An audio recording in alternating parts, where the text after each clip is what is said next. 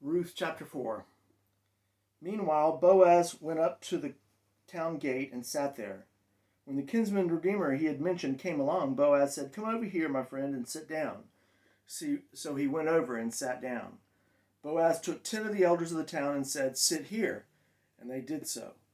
Then he said to the kinsman redeemer, "Naomi, who has come back from Moab, is selling a piece of land that belonged to our brother Elimelech. I thought I should bring the matter to your attention and suggest that you buy it in the presence of these seated here and in the presence of the elders of my people.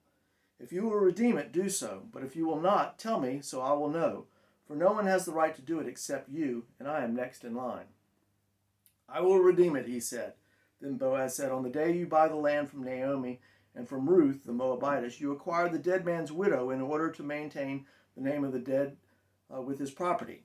At this the kinsman redeemer said, "Then I cannot redeem it, because I might endanger my own estate. You redeem it yourself, I cannot do it." Now in earlier times in Israel, for the redemption and transfer of property to become final, one party took off his sandal and gave it to the other. This is the method of legalizing transactions in Israel.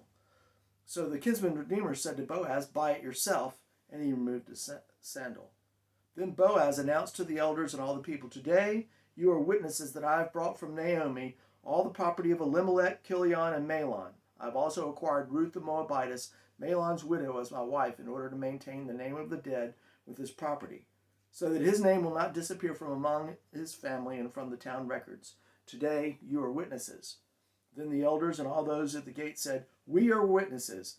May the Lord make the woman who is coming into your home like Rachel and Leah, who together built up the house of Israel. May you have standing in Ephrathah and be famous in Bethlehem. Through the offspring the Lord gives you by this young woman, may your family be like that of Perez, whom Tamar bore to Judah." So Boaz took Ruth, and she became his wife. Then he went to her, and she enabled her to conceive, and she gave birth to a son. The woman said to Naomi, Praise be to the Lord, who this day has not left you without a kinsman redeemer. May he become famous throughout Israel. He will renew your life and sustain you in your old age.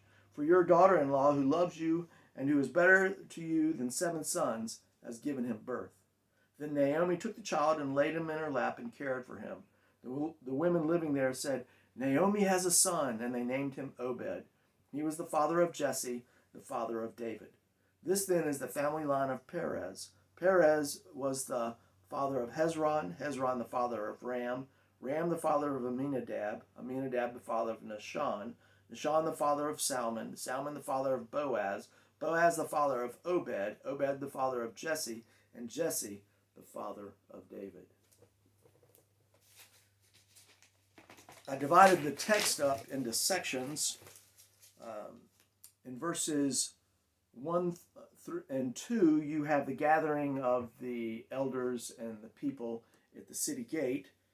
Essentially, it's a court scene, so the gate is essentially the court where people would gather.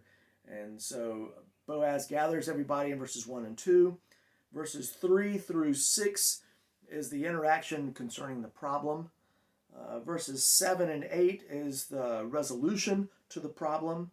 And then verses 9 through 12, 9 through 11 is the witnesses and the blessings.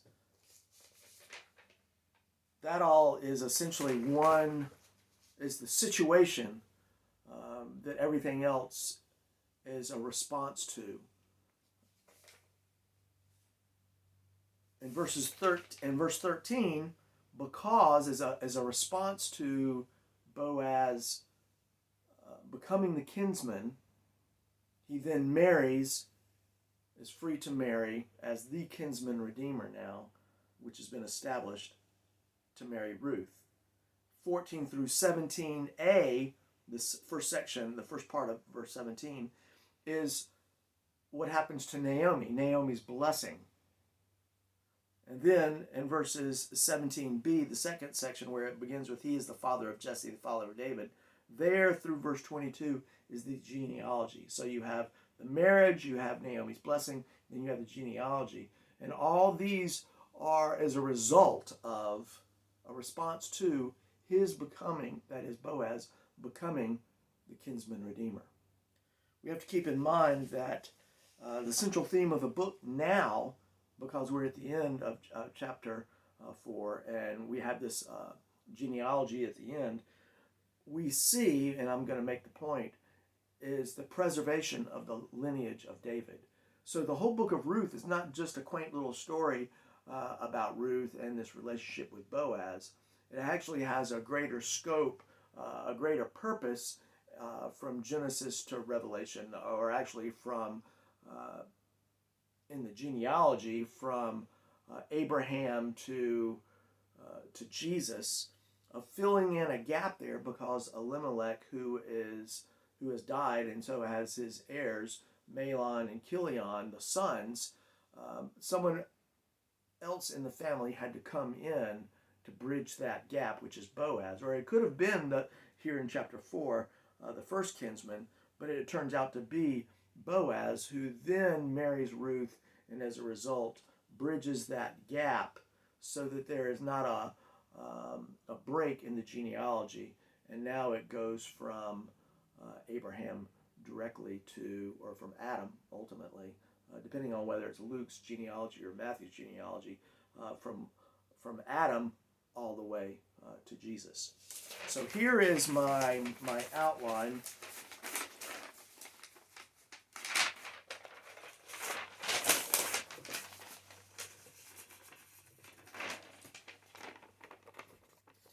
In chapter, so you have the very first section there. That's where everybody's gathered. You have this section here where Boaz presents the situation. You have the response, essentially, by the elders there and the witnesses. And then here at the end, you have, down here you have the marriage, you have Naomi, and then you have the genealogy. So I have them connected. Actually, it could be a situation response. I have it as a means to an end, being that God, who is working this whole event providentially, God is using this as a means to this end, which is the fulfillment of the genealogy of the lineage of David down here at the bottom. So it could be a situation response, or it could be a means to an end, depending on if you're taking it from a literal perspective of just Boaz, the situation within the book, or you're seeing how God is using the book of Ruth to make the connection with David, ultimately. So, anyway, there you have it. And then down at the bottom, you can see my exegetical idea.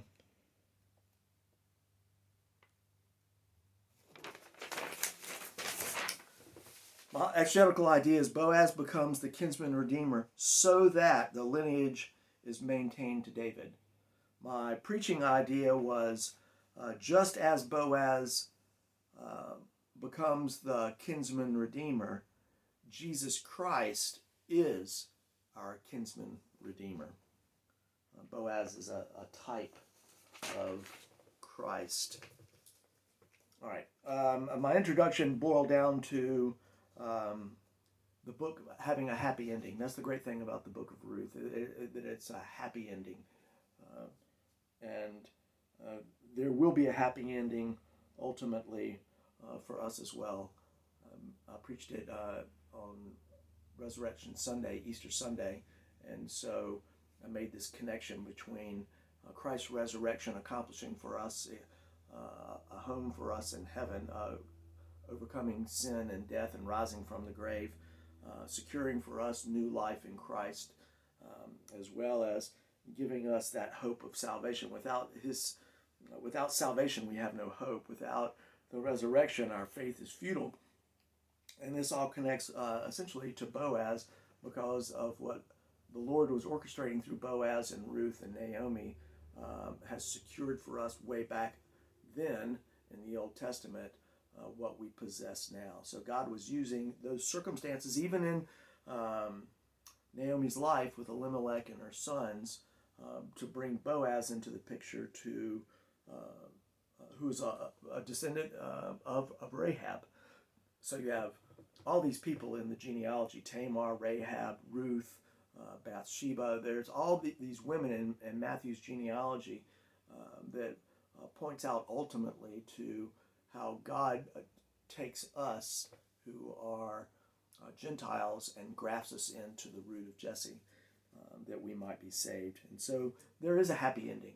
Even though we are undeserving, we're sinners, we have the hope of a happy ending, the assurance of a happy ending. We're going to be in heaven with the Lord. So just as Boaz becomes the kinsman redeemer, so Jesus Christ becomes our kinsman redeemer. In chapter 1, we had the tragedy of Naomi's life. That's a brief review. Chapter 2, we had the obvious providential hand of God bringing Ruth into Boaz's field, establishing that relationship with him. Chapter 3, Naomi, who has been the recipient of this extra food and grain from Boaz as a result of Ruth's faithfulness and her hard labor, attempts to matchmake and asks Ruth to go and propose to Boaz to get him motivated to find out from the original or the first in line kinsman redeemer if he wants to follow through or he wants to give it up, that obligation, that responsibility to Boaz. So that's where chapter 4 begins. It begins, I have 2 points: Boaz, the kinsman redeemer, and then speak of Jesus, our kinsman redeemer. Under Boaz, the kinsman redeemer, I have a couple points. It's essentially the outline of the text, so I'm going to go through and describe that in a little bit more detail, and then I'm going to talk about Jesus, our kinsman redeemer, and how the typology is fulfilled, and how everything that happens in the book of Ruth ultimately points to Christ and is a blessing to us today in 2021. So the first point under Boaz, the kinsman redeemer, is that he has to establish that he is the kinsman redeemer. So he goes in verses 1 and 2 and sits outside the gate waiting for the kinsman redeemer, whom he knows passes by that way. He waits for him to come by, and so he gathers the elders, or the to be the judges, essentially, and then he grabs the kinsman redeemer when he comes by and says, "Sit here." And so he creates a courtroom scenario at the gate. The gate was the entry to the city appointed offense, but it's also a place where the leaders met.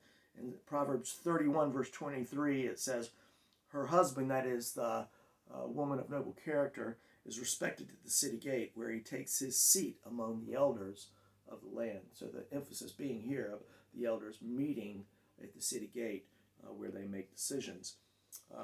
The name of the kinsman that he was waiting upon is the man with no name. They don't give him. He is called a brother to Boaz, and he is a direct relative. He could have been a brother, the oldest brother of Elimelech. That would put him first in line. He could have been a relative, but in whatever case, in relationship to Boaz, he was before Boaz in responsibility of becoming taking the responsibility as kinsman redeemer. They call him in the Hebrew, it reads Mr. Poloni Almoni. Poloni Almoni. But essentially it's a rhythmic title with no name. He's the man with no name. Mr. So-and-so. I kind of look at him as the crazy uncle or the man who loves money. So we have this courtroom seating, and there are parties involved. There are also witnesses surrounding, observing this whole scenario. And those people are witnesses as well. After the scenario is over with, they are witnesses to this whole situation.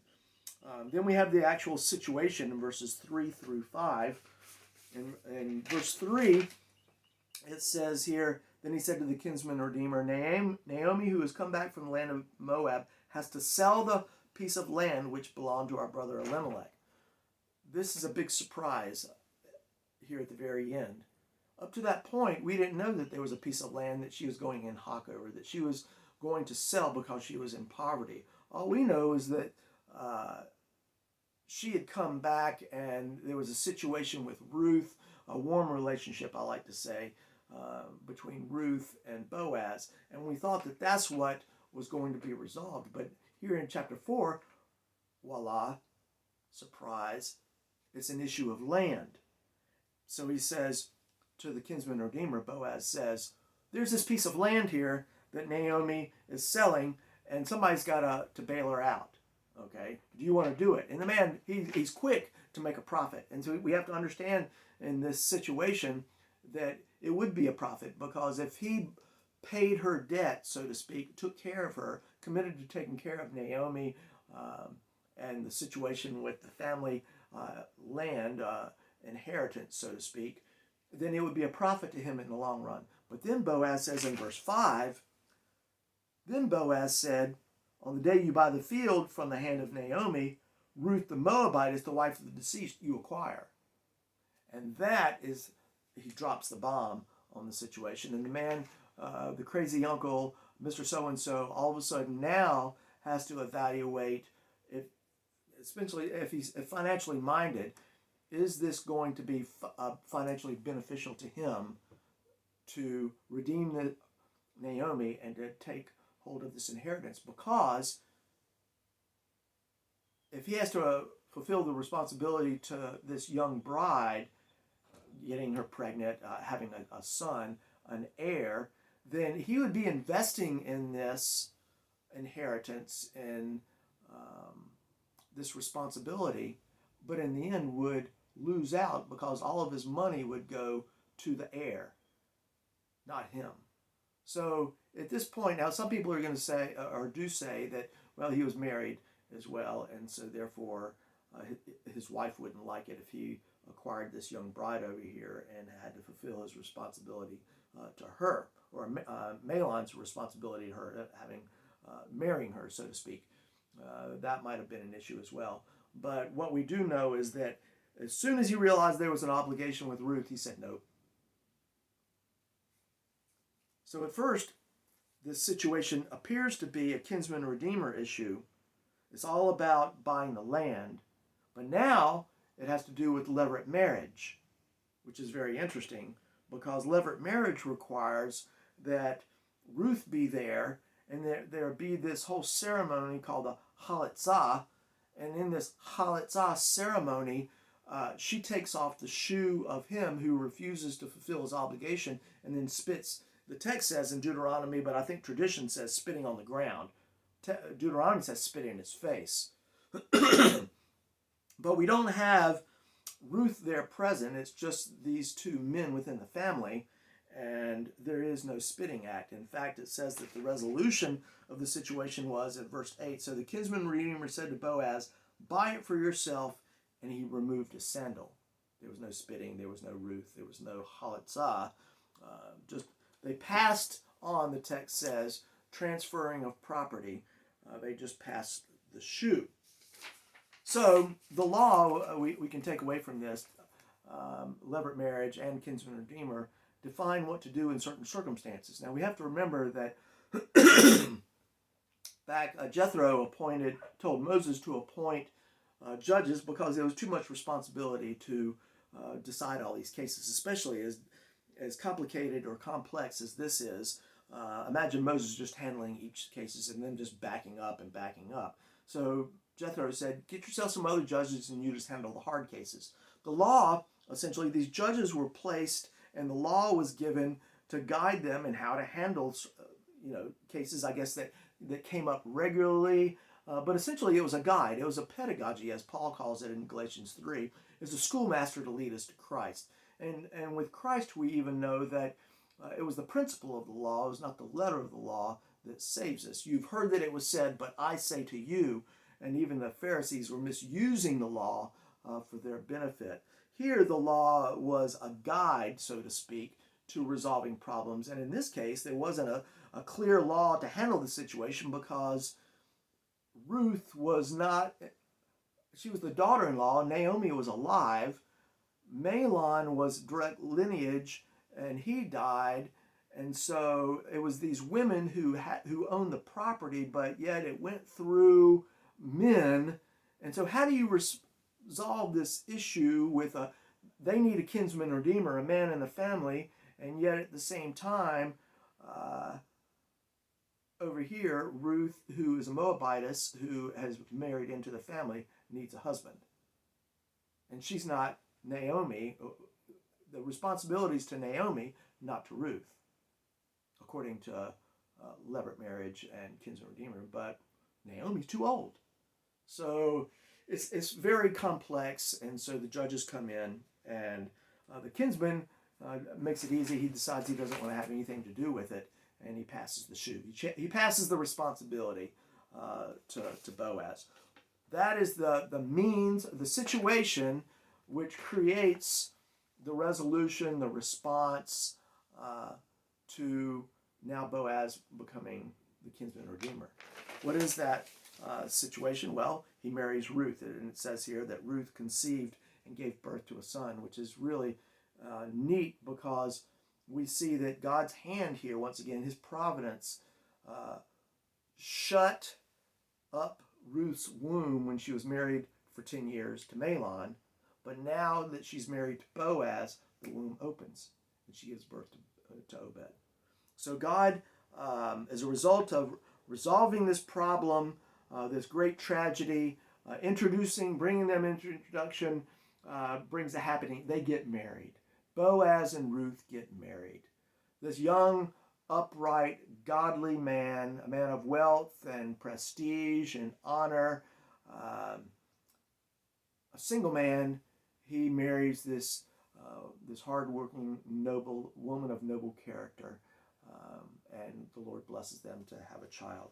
And the result of that is that Naomi, not Ruth, you would expect Ruth to be right up there. How blessed is Ruth that she has now had a child, and after all that we've been through with the land and levirate marriage and everything, there's a baby involved here, and the lineage continues. But no, it's actually Naomi. Naomi is the one who is blessed by the women of the community. Yahweh has come to the rescue and fulfilled that which was empty. Yahweh has provided a redeemer. And it's interesting that the text goes on to say there at the very end, at the end of verse 15, the redeemer is the one whom Ruth gave birth to. So the redeemer, you would think now, because Boaz became the kinsman redeemer, here in the text, the redeemer who's going to take care of Naomi and the future is actually Obed. He's the grandfather of David. So the women are really excited. A baby is on the lap, and Naomi, who once had to suffer through this great tragedy, who had lost it all, makes you think of Job, who lost everything but then gained back more. Naomi lost her husband and her 2 sons, but now she has Obed the baby in her lap, and the whole last scene there points to God's happy ending, his providential ending, his will be done to fulfill his promises to his people, to provide a redeemer, ultimately, a kinsman redeemer, who would be the King of Kings and the Lord of Lords. So Boaz is a type of Christ. He shows hesed, loving kindness, to Ruth by providing and protecting her. He shows that same hesed, mercy, to Naomi by providing food for her. Then he buys the land, he pays the debt, securing the family line as a kinsman redeemer. He marries Ruth, and he secures the family heritage and the lineage all the way to David. So he's a type of Christ. How is he a type of Christ? Well, first of all, Jesus is our kinsman redeemer, and Boaz points to Jesus in that just as Boaz redeemed Naomi and Ruth from their poverty, he paid off their debt, or he purchased the land, he also redeems them. So it's twofold. The word for kinsman redeemer, which are 2 words, in Hebrew is goel, which I've mentioned previously. And the word goel has this double concept of kinsman redeemer, which Christ fulfills. He becomes one of us he's a kinsman. He becomes a kinsman, and he becomes our redeemer. He becomes the kinsman in order to redeem, whereas in the Old Testament, Goel is a combined concept. But who is he redeeming?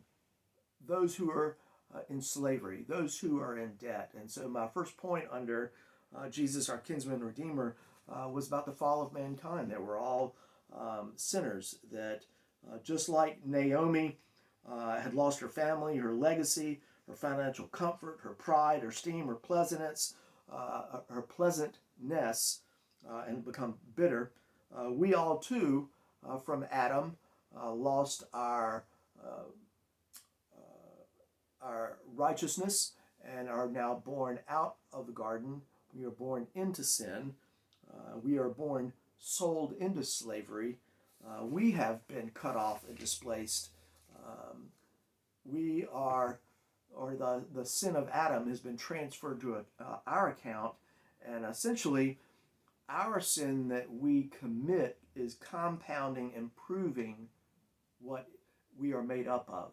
That is sin, that we are infected, that we are unworthy. All mankind has sinned and fall short of the glory of God. It says in Psalm 53, they are all corrupt. All their ways are vile. There's no one who does good. God looks down from heaven on the sons of men to see if there are any who understand, any who seek God. Everyone is turned away. They have altogether become corrupt. There's no one who does good, no, not even one. In respect to the resurrection, Christ's death, we were there. We were the ones who rejected Christ. Just with Peter and all the disciples and everyone there, no one spoke up for Christ before Pilate when they released Barabbas. Everyone had rejected Christ. It was our sin who hung him on the cross. And we need to consider that great sin, the penalty for sin that has separated us from a holy God. But it wasn't just our sin, it was sin of all mankind, that is, all God's people, past, present, and future. Christ bore our sin upon himself. And so he did that out of his covenantal faithfulness, the promise that God had made in Genesis 3:15, that one would come, a seed would come and crush the head of Satan. So God had made this promise to deliver his people by his grace, a people who did not deserve it. And in the fullness of time, God sent his son into the world in this immaculate conception, so to speak, to be born of man, to be one like us. So Jesus becomes, this is the second point, becomes our kinsman. God did not abandon Adam in that position of disobedience, but he expressed his grace and the first proto-evangelium, the first gospel message. Despite Adam's sin, despite Israel's sin, he loved her and he sent his son. C.S. Lewis in the book The Joyful Christian wrote concerning the topic, that chapter on the incarnation, said, he comes down from the heights of absolute being into time and space, down into humanity, down further still, if embryologists are right, to recapitulate in the womb ancient and prehuman phases of life, down to the very roots and seabed of nature. He was created. So he paints this picture of words of the base, the point of conception. The scriptures say that he knew us before we were conceived even. Even at conception, we believe that we are human beings at that point and that every life is viable. At that point of conception, it's a human being. God knew us before we even became human beings in his omniscience. So Jesus becomes a relative. He comes down and is incarnated. He humbles himself, as Paul said to the Philippians, and becomes a human being like us to make atonement. Hebrews chapter 2, verse 14 says, since the children have flesh and blood, he too shared in their humanity, so that by his death he might destroy him who holds the power of death, that is the devil. A little bit further on, and he said, he made him like his brothers in every way, in order that he might become a merciful and faithful high priest in service to God, that he might make atonement for the sins of the people. So Jesus had to become our kinsman, and so Jesus essentially had to stand in the dock. Once again, referring back to C.S. Lewis, God in the dock. He had to become man, a mankind, a kinsman like us, in order to stand in the dock to receive the judgment. The rock had to be struck, and that rock was Christ, and the water of life would flow from him for us. So he becomes our Redeemer. Jesus becomes our Goel by paying the debt, by purchasing us out of poverty, out of slavery, as God redeemed Israel from bondage in Egypt, as he purchased her from slavery. He paid the price. It says in Isaiah 41, verse 14, I am the one who helps you, declares the Lord. Your Redeemer is the Holy One of Israel. And now we can look back to Isaiah 41 and see that the one who was come, the servant of the Lord, and Isaiah 53, there was Jesus, God incarnate, Emmanuel, who came down in the flesh, Isaiah chapter 7, verse 14. Jesus who paid the ransom, paid the price, the bride price for his people. It wasn't for his own self that he paid this price to save himself, but it was for true Israel that he paid the redemption price. He became one of us to stand in the dock, so to speak, to receive the punishment that we justly deserve, that his innocence and his righteousness might be transferred to our account. So it's double imputation. Our sin goes on to him, and his righteousness comes to us. It says in Ephesians chapter 1, verse 7, in him we have redemption through his blood, the forgiveness of our trespasses according to the riches of his grace. 1 Corinthians 6:20, Galatians 3:13, Christ redeemed us from the curse of the law by becoming a curse for us. 1 Timothy 2:6, and then 1 Peter 3:18, for Christ died for sins once and for all, the righteous for the unrighteous, to bring you to God. He was put to death in the body, but made alive by the Spirit. So what's the conclusion to this? The conclusion is that, turning back to chapter 4, verse 17, the second part, we pick up back again with the genealogy, and we see that the author of Ruth, because of this genealogy that goes all the way to David, had to have been there in the life of David, which lends to the credence that the author was Samuel.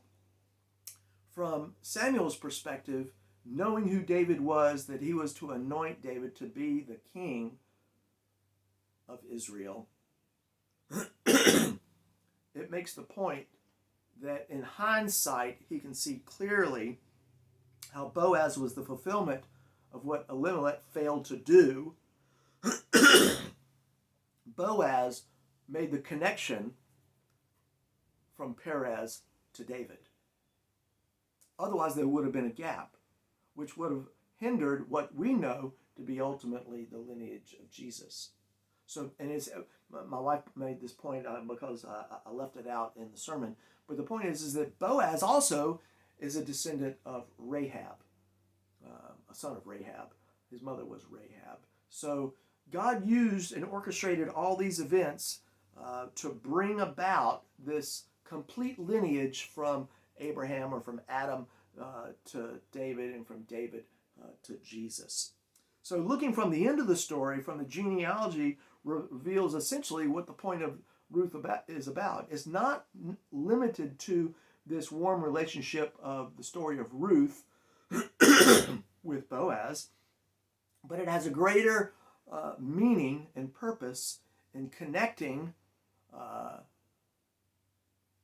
this time of the judges, when the people went into the promised land and sold themselves out to the nation gods and worshiping false gods, to Elimelech sinning and being put to death down in Moab, to ultimately to the rise of King David.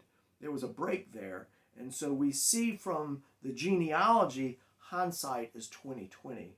God was orchestrating everything for his glory and our good. That's what the book of Ruth is all about. God is guiding and directing the events to fill in the gap, so to speak. Well, that's what Jesus is for us. Jesus fills in the gap for us. He stands in the gap. He stands in the dock so that He bridges the gap between us and God, that we might come to God. Jesus himself said, I am the truth, the way, and the life, and no one comes into the Father but by me. So God was faithful to his promises to provide a seed who would crush the head of the serpent. God used all the circumstances in the book of Ruth to place Boaz at the right place at the right time to marry Ruth, to provide an heir to secure salvation, ultimately in Jesus Christ for us, who ultimately, 2,000 years after Christ, would be born, and God would soften our hearts and open our eyes, that we would see Christ, his hands, his feet, his side, and his resurrection, and love him, and give us hope that no matter what happens today or in the future, we have that assurance and that hope that we shall be with him in the future. There's a happy ending for us. But until that point, and right now, is a gap. And what are we to do? God has given us a mission, a great commission. Now go and make disciples of all nations, baptizing them in the name of the Father, the Son, and the Holy Spirit, and teaching them to obey everything I've commanded you. And surely I'm with you to the very end of the age. And then he said to Paul, or Paul said in 2 Corinthians chapter 5, that God had committed to him and to us the message of reconciliation. We are therefore Christ's ambassadors, as though God were making his appeal through us. We implore you on Christ's behalf, be reconciled to God. God made him who had no sin to be sin for us, so that in him we might become the righteousness of God. So God has orchestrated this year, or at this Easter, in this message of the Kinsman Redeemer, he has shown us what he's accomplished for us, but he's given us a mission until we reach the celestial shores, or until Christ comes again. And that mission is to lift up Christ, that he might draw them into himself, that the kingdom would be filled with more sons and children of God, that in the end, the bride would be fulfilled and we would worship him forever. His people would be gathered at the great wedding feast of the Lamb, and we would all be casting down our crowns and crying out, worthy is the Lamb, and holy, holy, holy is the Lamb of God.